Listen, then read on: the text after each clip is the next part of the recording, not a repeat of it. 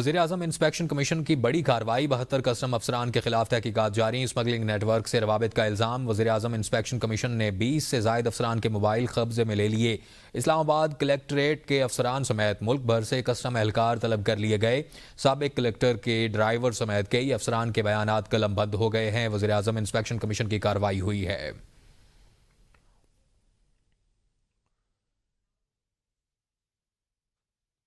آزاد کشمیر محکمہ صنعت و تجارت میں اقربہ پروری کی کوشش، ترقیاتی رولز میں غیر قانونی ترمیم کی تیاری، مسودہ تیار کر لیا گیا۔ ذرائع کے مطابق مجوزہ ترامیم مبینہ طور پر منظور نظر افسر کو نوازنے کے لیے کی جا رہی ہیں۔ ذرائع کا دعویٰ ہے کہ سینئر افسران کی ترقی کے مواقع محدود کرنے کی کوشش کی جا رہی ہے۔ گریڈ 16 کے اہلکار کو دیگر افسران کو بائی پاس کر کے ترقی دینے کی تیاری لی گئی ہے۔ اسی کے اوپر ہمارے تفصیلات حاصل کرتے ہیں نمائندہ ABN نیوز رضوان عباسی ہمارے ساتھ ٹیلی فونک لائن پر موجود ہیں۔ رضوان، آگاہ کیجیے گا، سینئر افسران کو بائی پاس کر کے جونیئر کو ترقی دینے کے لیے تیاری کی گئی ہے، کیا تفصیلات ہیں؟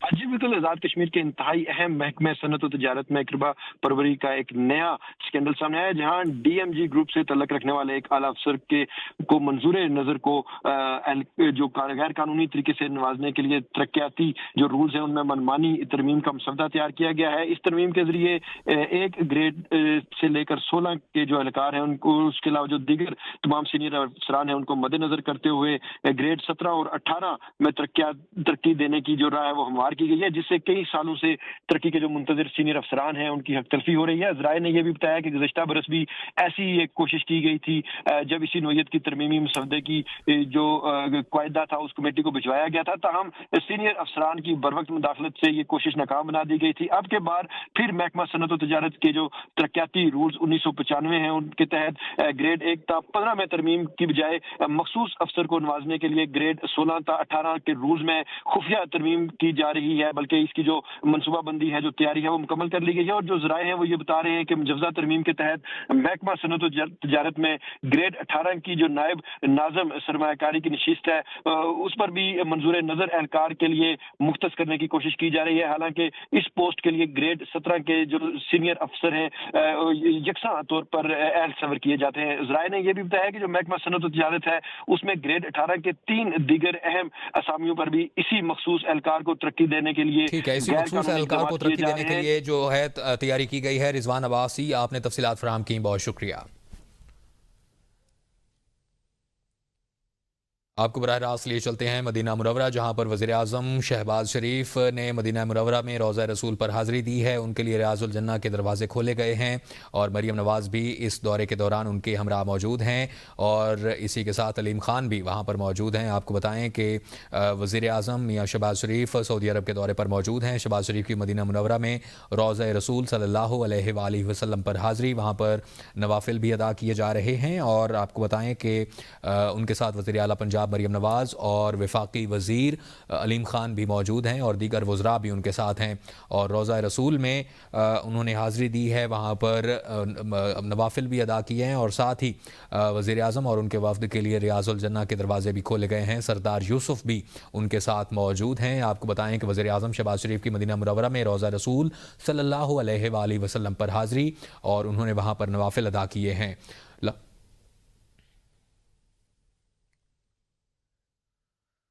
آگے بڑھتے ہوئے آپ کو بتائیں کہ لاہور میں کیفے پر لڑکی کو ہراساں کرنے سے روکنے پر نوجوان نے عملے پر فائرنگ کر دی ہے۔ جوہر ٹاؤن میں نوجوان نے کیفے کے عملے پر فائرنگ کی، جس کی ویڈیو منظر عام پر آ گئی۔ پولیس کے مطابق 2 ملزمان کالے رنگ کے ویگو ڈالے میں آئے تھے۔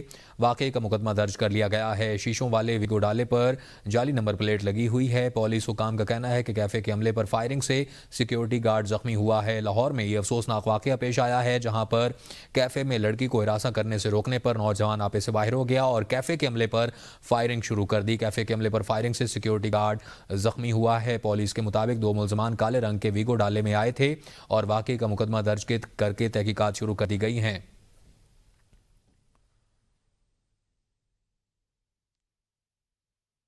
لاہور پولیس کا ویگو ڈالا کلچر پر کریک ڈاؤن، 9 ملزمان گرفتار، مقدمہ درج کر لیا گیا ہے۔ لاہور تھانہ چونگ پولیس نے کارروائی کرتے ہوئے 2 ویگو ڈالے قبضے میں لے لیے۔ پولیس کا کہنا ہے کہ ملزمان ویگو ڈالا میں اسلحہ کی نمائش کرنے پر 2 مقدمات درج کیے گئے ہیں۔ 9 ملزمان کو گرفتار، اسلحہ اور دونوں ڈالے قبضے میں لے لیے گئے۔ DIG کے حکم پر کارروائی کی جا رہی ہے۔ اسلحہ کی نمائش کی اجازت نہیں دی جائے گی۔